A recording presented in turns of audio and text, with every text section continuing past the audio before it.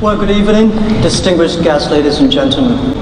I'm really honored to be invited tonight. And I never thought I'm going to be 17 years ago. I said in my apartment, I never thought I would, in my life, I'm going to deal with a group of policymakers. Well, I'm not a technical expert. I'm not even economist, and I'm not a bank governor. And I even not be a good student. I tried 3 times for joining the primary schools, 3 times for universities, and 10 times for Harvard, including. All rejected. And I was rejected by more than 30 times applying for jobs, including KFC.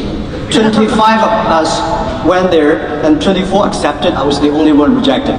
I think the reason why I'm invited here, I would talk about in the past 17 years in my apartment. We had a dream that we want to using internet to help small guys, to help the small business and entrepreneurs.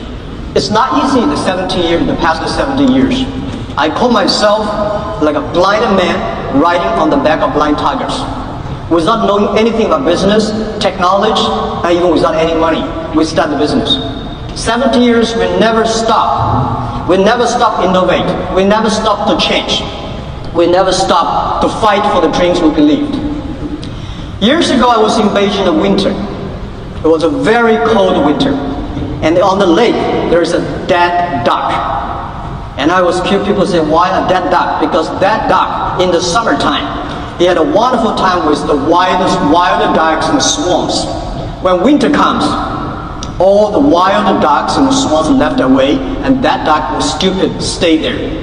And the winter came. The winter killed him. As an entrepreneur, we learn one thing. If we cannot change the environment, we change ourselves. If we cannot change, at least we can change the small environment we have. Me and by these early founders, we had a very little knowledge about financing. When Alipay was founded, nobody wanted to be the CEO. Nobody wanted to be the founder. And I called one of my managers. His background was a hotel front desk manager. I say, come on, I have something, want you to do it. He said, what is that? I say, Alipay. He said, what is Alipay?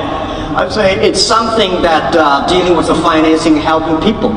He said, I have no any idea about financing. I said, that's it. I want you to do it because China, we don't want to find somebody who are expert of banking because China does not need one more bank. We want to find the people who understand the problem of the people, understand the problem of the consumers. We want to build up something that safe transactions, can build up something that can build up the credit system for small business and consumers to buy online. So we made it. Today, Alipay is the world's largest online payment. We know little about retailer. I remember 7 years ago, I talked to senior manager leaders of the Walmart. I said 10 years later, we will be bigger than Walmart. He said, young man, you have very good, very wonderful dream, but this thing will never happen. Last year, we were bigger than Walmart. Why we didn't retailer without knowing anything about retailer? Because my friend, 10 years ago, he said, Jack, I'm a manufacturer of TVs. For every TV we made, we only made $10. For all the consumers spent hundreds of money because of the channels. So we believe we should use the internet to help those manufacturers. If they can only make $10, how can you help? How can you encourage them to be innovative? So we did the retailer. We changed ourselves to making sure manufacturers are happy, consumers happy. Today we are the world's largest retail platform in the world. We know very little about technology. And we're scared of technology, especially me. When we talk about technology, I say, no, it's so scary. But we find this world can never live without technology. Without technology, this world can never develop. And young people embrace the technology. Today, there are about 1.8 billion people who were born after 1980s. Those are the generations of the internet. So if we want to have a future, let's rely on the young people. If we do not know the technology, let's find the best young people who know the technology and encourage them, support them, help them to be successful. But today, Alibaba is if we are not the leading internet company in the world, we are at least the leading internet companies in China. So today, I would love to talk about science, technology, economy, these are innovation, three talking points. About technology revolution. The first technology revolution is to release the energy of the people. So people, we know that people is going to be powerful and machine is going to be more powerful than human. The second technology, the energy revolution, is to make people to go further. By leveraging the machines, we can go further. We go to the moon, go to the Mars, and we know the machine is going to be much faster. And this technology revolution is to release the human brains. And we believe, whether you like it or you don't like it, nobody can stop this technology revolution. Whether you're government officers, whether you're business people, you're civilian, or you're nobody, in next 30 years, your life will be totally changed because of this revolution. And those people change themselves to suit this technology, you are the winner. Those who don't will be the loser.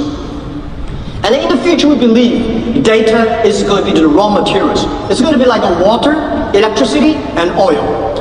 I think before people understand, human beings understand how to use the oil, people can never imagine. Today we're using this kind of energy to go to the moon. Today, a lot of people don't know how to use the data. You will never imagine 30 years later what data can change human beings. And nobody can imagine that. And one thing I want to say, people say, oh my God, the machine is stronger, machine is faster. And I tell you what, machine is going to be much smarter than the human beings. Machine never sleep, never get tired, never forget things. They calculate earlier than you are. You like it, don't like it, they will be smarter than you are. In the past 20 years, we make people like machines. In the next 20 years, we will make machine like people, because machine in the next 20 years, they're not going to drink electricity. They are going to eat and drink data. But whatever machine happens, human being will always be the master of the machines, of the robots. So we believe machine is going to help the society. Machine is going to improve the society. But on the other hand, people say, well, technology is killing jobs. We believe technology is going to create more jobs. Right? People say, well, technology is destroying the job opportunities. Well, see one thing, technology, actually every technology revolution, we created more jobs than we thought. In 1870s, more than 50% of the jobs in America were farmers.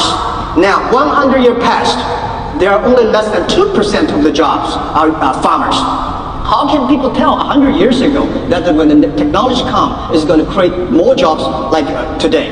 And China is the same. People say, well, e-commerce destroy a lot of jobs. No, not necessary.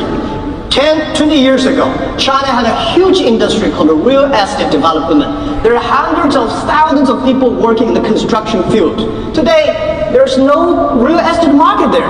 Where do these people go? They go to the express delivery. They go to logistics. So 10 years ago in China, there is no such kind of industry called express delivery. Now we got 4 million people working on that. We believe next 10 years, we're going to create at least 10 million jobs on delivery in 10 years. And also we find that if the online and offline combine better, that it can create even more jobs. We noticed that in the past months, with our data shows that those like texts, like eating, having fun, using mobile payment and data to support their business, every month there's 6% growth. So I'm not the economist, because most of economists, by getting the information of yesterday and understand today, the business people try to see the vision, the tomorrow, and then understand the today.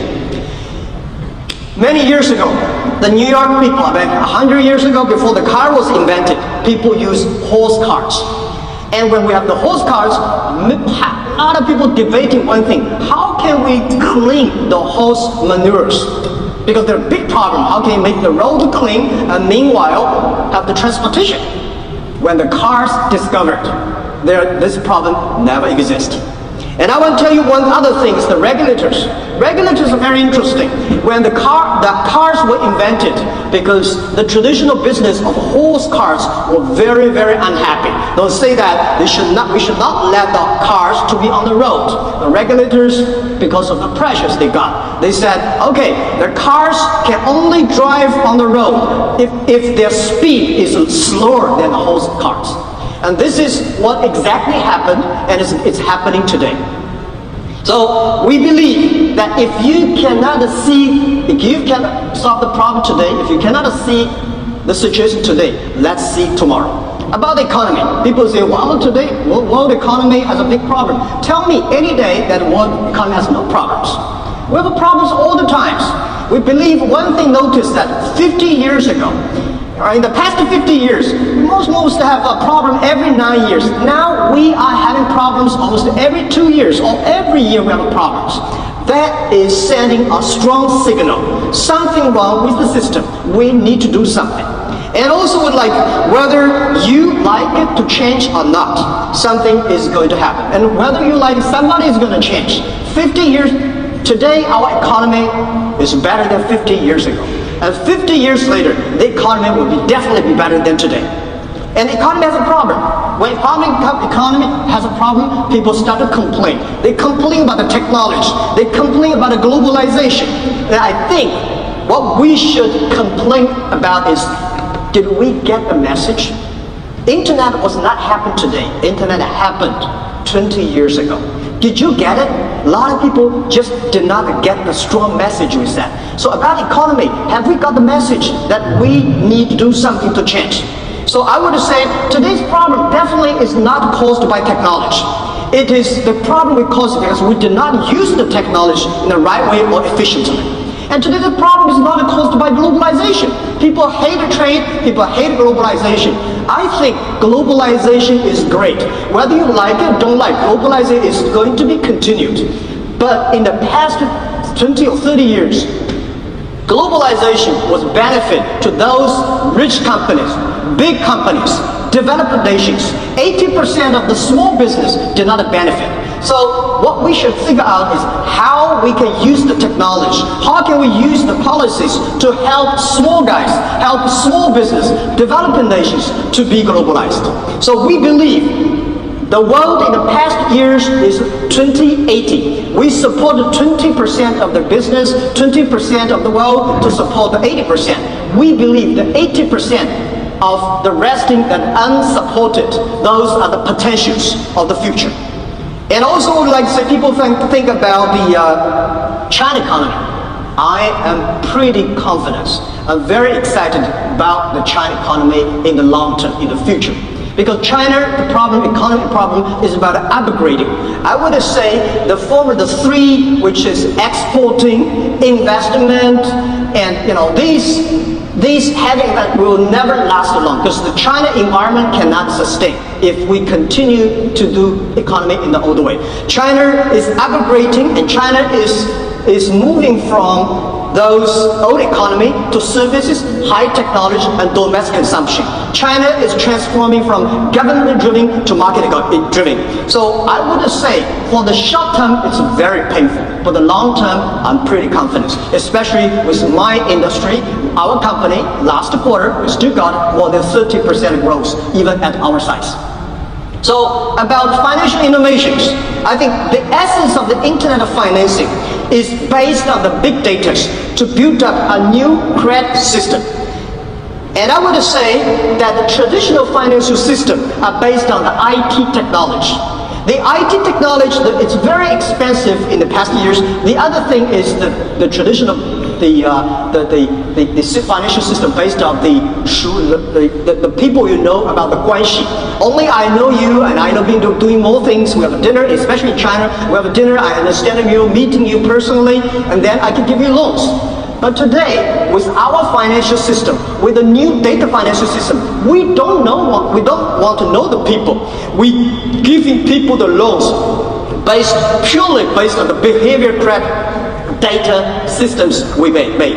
And the new Internet of Financial System is not trying to change or turn over the old traditional financial system. It is the complementary, the traditional financial system. It's the system that we want to help 80% of the business, of the consumers, of the small business that's never been benefited. I got a big bank, we had a big debate years ago. He said, Jack, what Ali Finance is doing, what you are doing, everything you do, we can do it. I say, yes, sir, of course you can do everything we do.